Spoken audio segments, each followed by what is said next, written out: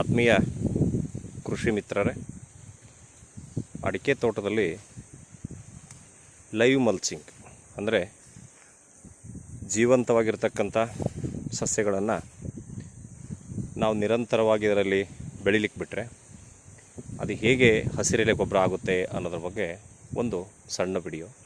ಆದಮೇಲೆ ಈ ಅಡಿಕೆ ತೋಟ ಬಂದುಬಿಟ್ಟು ಈಗಾಗಲೇ 2 ವರ್ಷದ ಗಿಡ ಇದೆ. ಇದರಲ್ಲಿ ಈಗಾಗ ಇರ್ತಕ್ಕಂಥದ್ದು ಇದು ಹುರುಳೆ. ಇದನ್ನು ನಾನು ಪ್ರತಿ ವರ್ಷ ಏನು ಹಾಕಿಲ್ಲ. ಇದೀಗಾಗಲೇ ಹಾಕಿ 2 ವರ್ಷ ಆಗಿದೆ.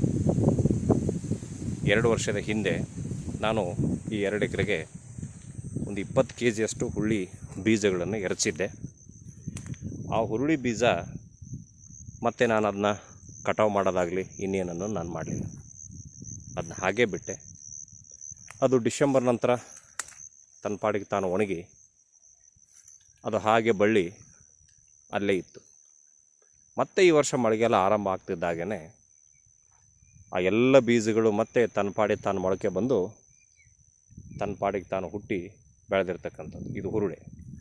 ನೀವು ನೋಡ್ಬೋದು, ಎಲ್ಲಿ ನೋಡಿದ್ರೂ ನಿಮಗೆ ನೆಲ ಸಿಗಲಿಕ್ಕೆ ಸಾಧ್ಯನೇ ಇಲ್ಲ. ಎಲ್ಲೂ ನೆಲ ಇಲ್ಲ, ಕಂಪ್ಲೀಟಾಗಿ ಇದು ಮುಚ್ಚಿ ಹೋಗಿದೆ. ಯಾಕೆ ಇದನ್ನು ಹೇಳ್ತಾ ಇದ್ದೀನಿ ಅಂದರೆ, ಇದನ್ನು ನಾನು ಹಾಕಿರೋ ಉದ್ದೇಶ ಕಾಂಗ್ರೆಸ್ ಕಳೆಯನ್ನು ಹತೋಟಿಗೆ ತರಲಿಕ್ಕೆ ನನ್ನ ಕಡೆಯಿಂದ ಸಾಧ್ಯ ಆಗಲಿಲ್ಲ ಅಂತ ತಿಳ್ಕೊಂಡು ನಾನು ಹುರುಳಿಯನ್ನು ಎರಚಿದ್ದೆ. ಈಗ ನೋಡ್ರಿ, ನನ್ನ ಹೊಲದಲ್ಲಿ ಎಲ್ಲೂ ಕೂಡ ಒಂದೇ ಒಂದು ಪಾರ್ಥೇನಿಯಂ ಅಥವಾ ಕಾಂಗ್ರೆಸ್ ಗಿಡ ನಿಮಗೆ ಕಾಣಲ್ಲ. ಇದು 2 ವರ್ಷದ ಗಿಡ, ಎಲ್ಲೂ ಕೂಡ ನಿಮಗೆ ಪಾರ್ಥೇನಿಯಂ ಕಳೆ ಕಾಣಲ್ಲ. ಈ ಹುರುಳಿಯನ್ನು ಹಾಕೋದ್ರಿಂದ ಒಂದು ಸ್ವಲ್ಪ ತೊಂದರೆ ಏನು, ಸಣ್ಣ ಅಡಿಕೆ ಗಿಡಗಳಿಗೆ ಇದು ಈ ರೀತಿ ಏನಾಗುತ್ತೆ, ಮುಚ್ಚುತ್ತೆ. ಸ್ವಲ್ಪ ಟೈಮ್ ತಗೊಂಡು ಕುಡುಗೋಲಿಂದ ಒಂದು ಸ್ವಲ್ಪ ಇಷ್ಟು ಬಿಡಿಸಿಬಿಟ್ರೆ ಸಾಕು. ಮತ್ತು ನಿಮಗಿನ್ನೂ 3-4 ತಿಂಗಳು ಏನು ಮಾಡೋದು ಬೇಕಾಗಿಲ್ಲ.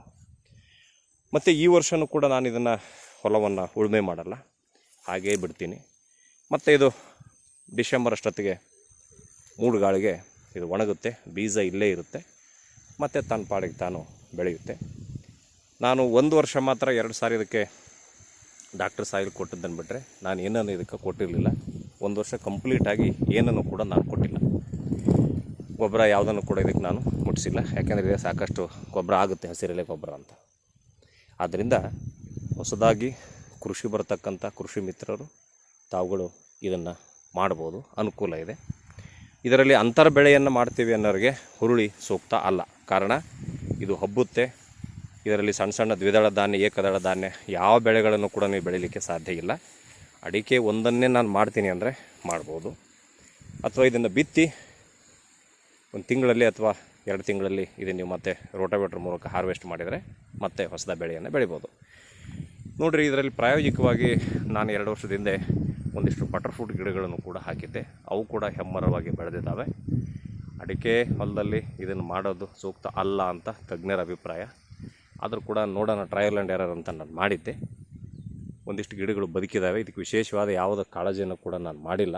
ಕಾರಣ ಇಷ್ಟೇ, ಹಚ್ಚಿ 1 ವಾರದಲ್ಲಿ 2 ವರ್ಷದಿಂದ ವಿಪರೀತವಾಗಿ ಮಳೆಯಾಗಿದ್ದರಿಂದ 185 ಗಿಡದಲ್ಲಿ ಬದುಕಿದ್ದು ಒಂದು 85 ಗಿಡ ಬದುಕಿದ್ವು, ಉಳಿದಂಥವೆಲ್ಲವೂ ಕೂಡ ಸತ್ತೋದು.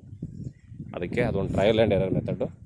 ಸಣ್ಣ ಗಿಡಗಳು ಏನಾದರೂ ಹಚ್ಚಿದರೆ ಈ ಥರ ಅದಕ್ಕೆ ಹುರುಳಿ ಬಳ್ಳಿಯನ್ನು ಕಟ್ ಮಾಡಿ ನೀವು ಜಾಗ ಮಾಡಿಕೊಟ್ರೆ ನೀವು ಬೇಕಾದಷ್ಟು ಇದರಲ್ಲಿ ಜೀವಂತ ಕಳೆಯನ್ನು ಗೊಬ್ಬರವಾಗಿ ಮಾರ್ಪಡಿಸ್ಕೊಳ್ಳಿಕ್ಕೆ ನಿಮಗೆ ಸಾಧ್ಯ ಇದೆ. ಆಮೇಲೆ ಈ ಹುರುಳಿ ಇದ್ರ ಮೇಲೆ ಮುಚ್ಚಿತು ಅಂದರೆ ನಿಮಗೆ ಯಾವ ಕಳೆಯೂ ಕೂಡ ಇದರಲ್ಲಿ ಬೆಳೆಯಲ್ಲ.